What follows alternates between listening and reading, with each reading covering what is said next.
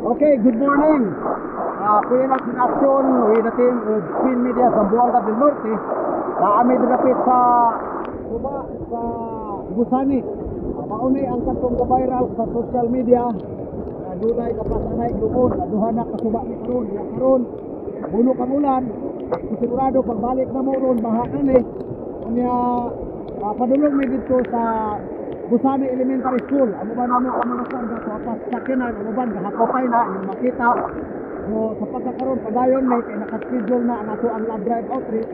Napaabot na ang mga teachers ug nato ang mga kabataan. So padayon nagyapon ta sa atong advocacy alang sa kalambuan, labaw sa tanang alang sa atong gitawag na padayon nga panaghiusa uban sa kahimayaan sa Dios. So God be the glory and honor once again. At sa Apo ni Tiroy with Spin Media sa Buanga del Norte, Kuya Natin Action TV. Daghang salamat. So God be the glory and honor.